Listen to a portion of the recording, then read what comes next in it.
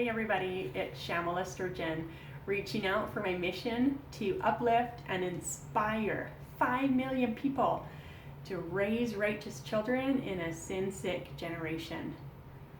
Today, I want to talk to you about fear. Fear is, like one of the main emotions we feel as humans. It's crazy, but fear is not something we typically look forward to. I know there are some people that look forward to fear or that love scary movies or whatever that stuff is, but fear is actually a tool for darkness, a tool for the adversary, the devil, whatever you want to call him, that he uses against us. Fear can at times be beneficial, to give us adrenaline, the fight or flight, or freeze, I guess.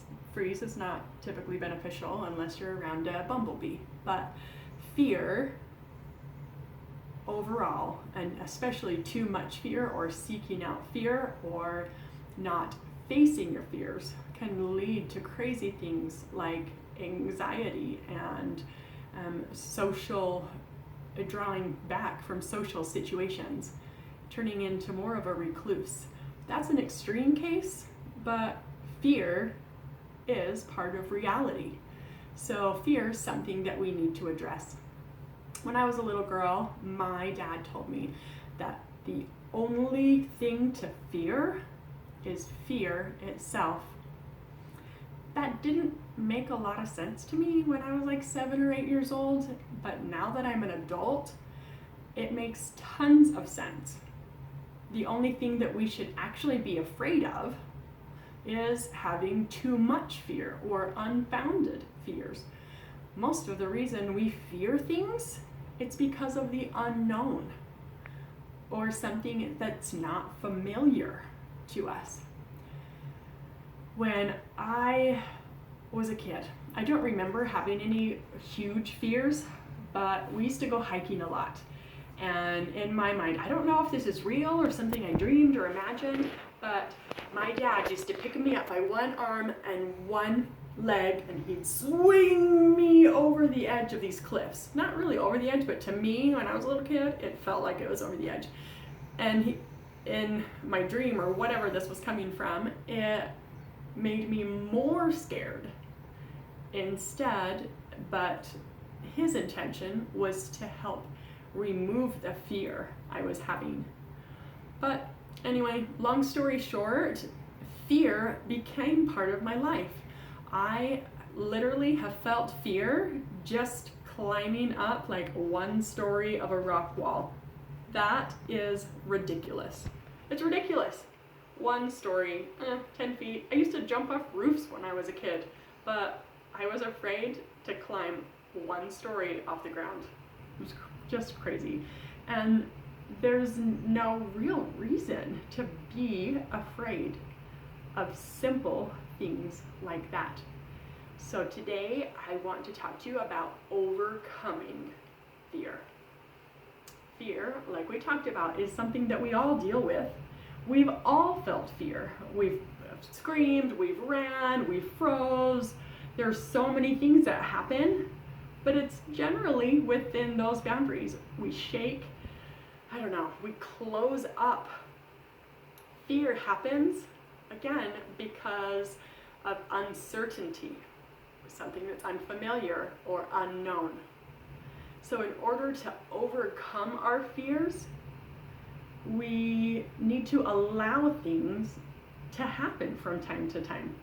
What happens if your door, if it doesn't get locked one night?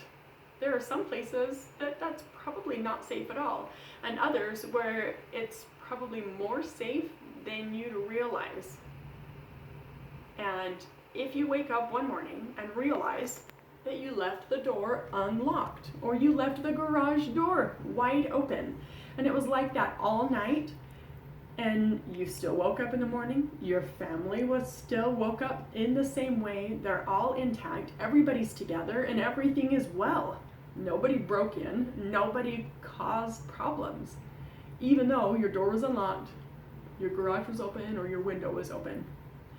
And looking back and recognizing that A, you were fearful, or that one had a fear, and B, that things turned out okay, even though you left the door open, unlocked, or the window open, or the garage open. Okay? Things don't happen every time we make mistakes.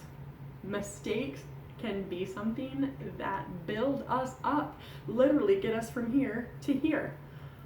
Or on the flip side, mistakes could be something to hold a person back, for them to withdraw and to not take chances, to not move forward. Without taking chances and moving forward, and there's no progression in life. We must do what we can to overcome fear. So if it's something that's maybe just unfamiliar, or something that you're not quite used to, let me think of the right way to say this. Spread some light into that area. Spread some light.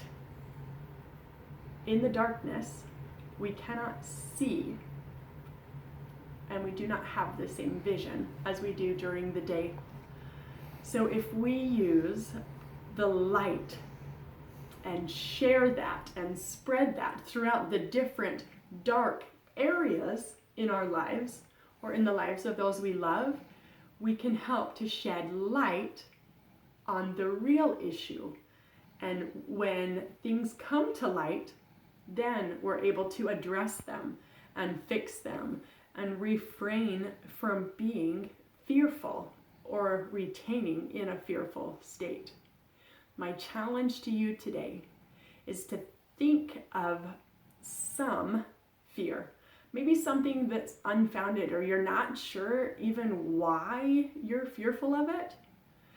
Figure that out and try and spread, some light into that area of your life, so that you can literally upgrade your life, upgrade those around you, uplift, inspire, raise children in righteousness.